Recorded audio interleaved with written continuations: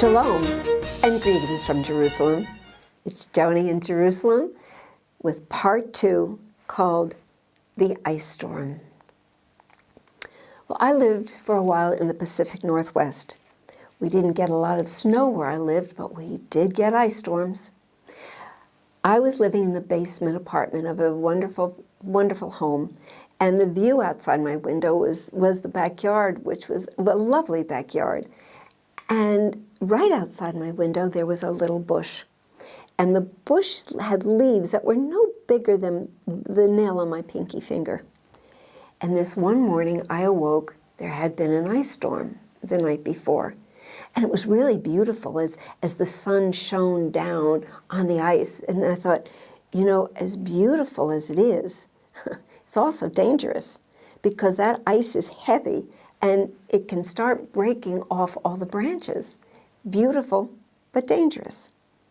And that little bush of mine, each leaf was entombed in its own little ice cocoon.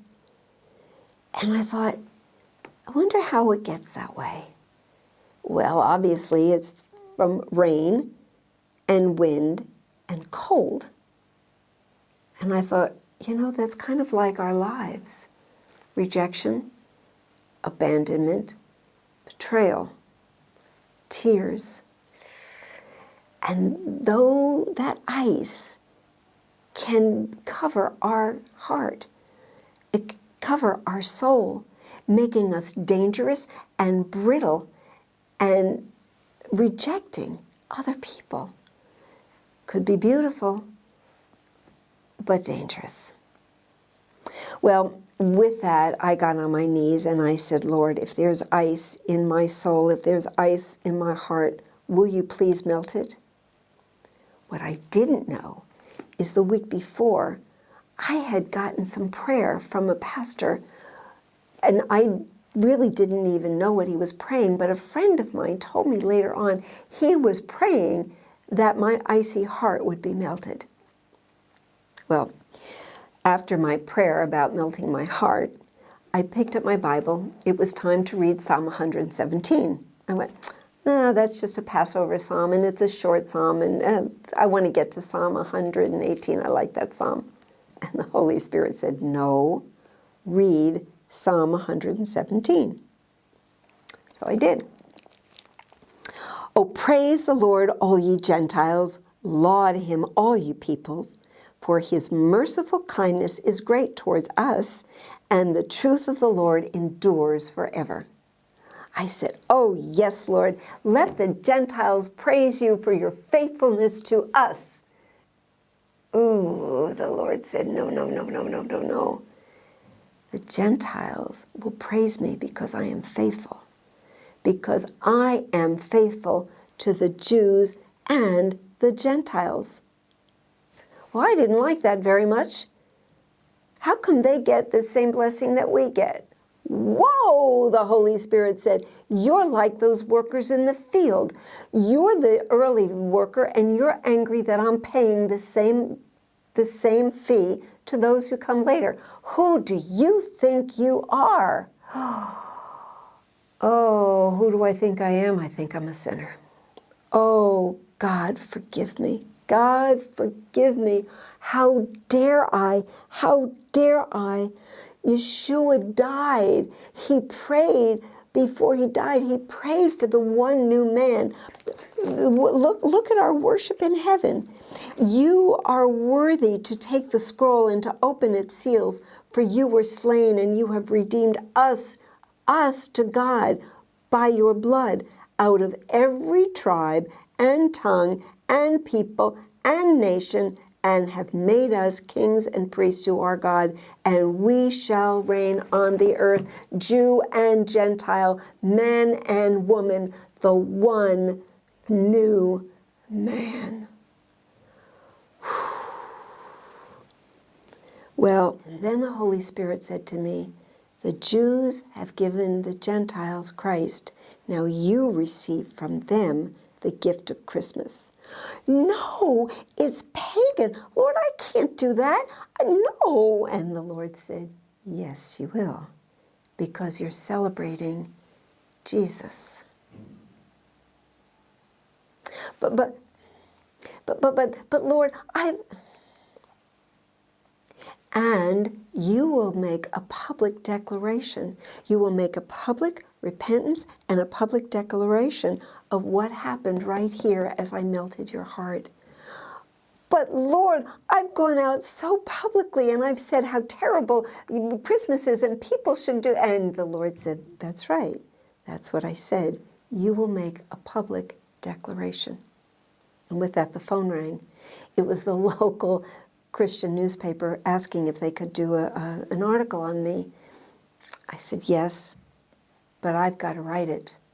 And so I wrote my public confession and my declaration of what happened when the Lord melted my heart. Of course, the local Christian television picked it up, and they invited me to come in. They said, Joni, you've got a story that must be told. And so again, this time to a larger audience.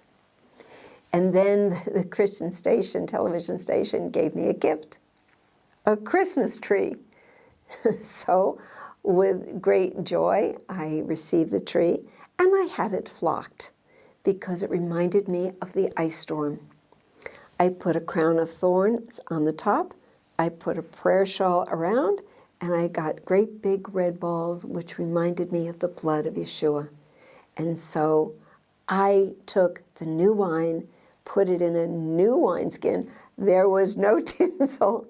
And my friends came, and we celebrated the incarnation together. My friends, sure, my celebration has morphed over the years, but I haven't stopped celebrating the incarnation and celebrating it on December 25th because that's when Jews and Gentiles are either curious or they're talking about Jesus. What better time when people are interested? Well, let's tell them about him. What a better way. What a better way. Because, men and women, beloved of God, we are the one new man, Jew and Gentile, man and woman, with an emphasis on new. Does it look Jewish? Does it look Gentile? No, it looks like him. Sure, we have different distinctions because we have different roles to play and different stories to tell, but one is not better than the other. Jews don't become Gentiles any more than Gentiles become Jews. But we are the one new man, embracing each other. Do I think that God cares whether we do or we don't celebrate Christmas? Whether we raise our hands or speak in tongues? I don't think so. What he is looking for are those who will worship him in spirit, in truth, in love, and in humility. That's how we worship, and that's how we celebrate. So come on, let's celebrate Yeshua. And as I've been celebrating Christmas, I wrote this book, Celebrate God's Love, Christmas, Hanukkah, Fact and Fiction. It tells the story of the Christmas story from the Synoptic Gospels, and then of course it ends with the wonderful chapter 1 of John. And in the back, I talk about how Yeshua celebrated Hanukkah. Did he light the menorah? No, but he went into Jerusalem to declare that he was Messiah. In fact, it was his last public declaration. And you can get this book through our website, novea.org. As a matter of fact, it'll be the best prices you're going to find because we don't charge for shipping. Novea.org. And with that, I wish you a very blessed holiday season. Hanukkah, Christmas. Celebrate God's love. Embrace it. Put your new wine in a new wineskin, with or without tinsel.